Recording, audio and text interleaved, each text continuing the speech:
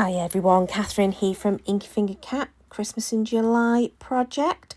So first of all, if you want to see where I've got my designs from and how I made it, please do check out the previous video, which was me putting together the cards by Kendra's card challenge number 19. And I used two of the card designs that I have created. Two of the card designs from Kendra's thing, card 1 and card 3, in order to make today's cards. So there's a whole video on me cutting up the paper, showing you how I organise it, etc. That's the previous video. So please go check that out first. But yeah, I ended up just making two, partly because I ran out of time. I'm tired now. It's been a busy day working. And then I started and decided that I'd do 2 and a bit hours of crafting. Because yeah, I think I've been going for 2 hours now. These cards took about 40 minutes, took about an hour to do the others. And I did have a teeny break in the middle for some tea. And I also sorted something else out just prior to starting the video. So yeah, I think I've been crafting for 2 hours after an 8-hour day. And I didn't sleep well last night, so I'm really tired now. Anyway, this first one is a gorgeous design. I'd never have thought of putting this together if I didn't use the card challenge stuff. It is a little bit fiddly, just trying to get the placement and the sizing and the shape right. So what I used, so this is my little top tip, is I used just a little bit of that Kingston's Crafts tape runner that I love. If you put more down, it becomes less temporary. But when you put it down, just put it down lightly. Don't press down hard. It's sort of repositionable. I don't know how long the repositionable bit will work for and whether that'll just make it then not repositionable or whether it'll just make it fall off in the long run, don't know. But it doesn't really matter because they're all kind of glued down by the central feature anyway, so I'm fine. And it's a Christmas card. I know people don't, keep these forever. So it's absolutely fine. I did decide for both of the cards actually that I would just rough up the edges. Just rough up the edges just slightly. I think it makes it a little bit more forgiving on these types of designs. If you don't get it completely straight, doesn't really matter because it's a bit wonky and it's a bit ruffled around the edges. But that was my theory. Now, my theme for today is the hang the stockings. And I use the Tidings and Trimmings and Tidings. It's an old Stampin' Up set.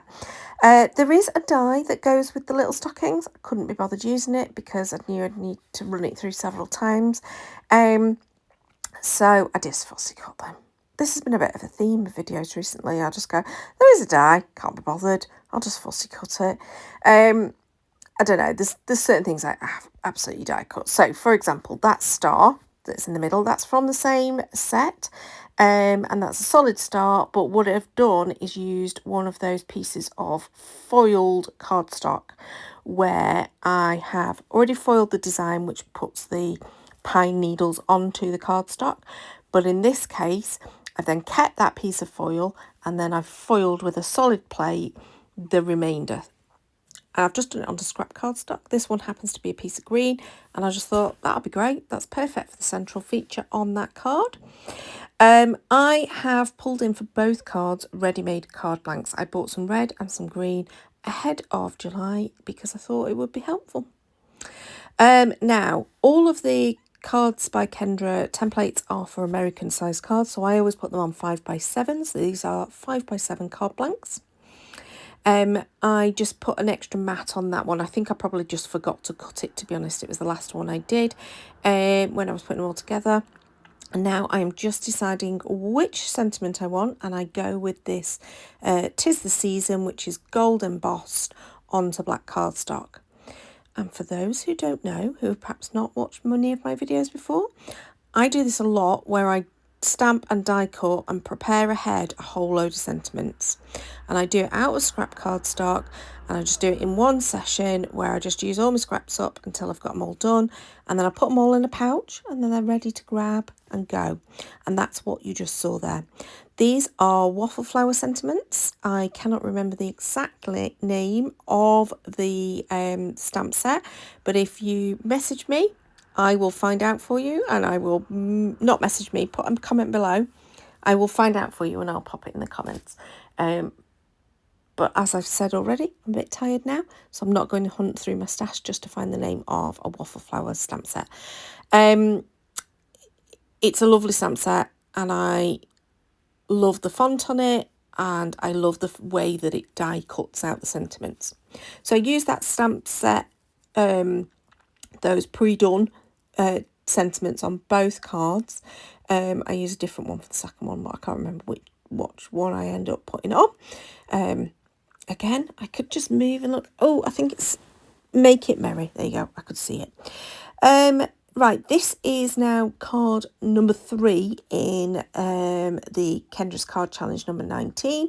For those who don't know, go and watch my first video, but also you could just go and Google Kendra's Card Challenge. It'll come up with it. It's a free link to a set of instructions, cutting and sketches, etc.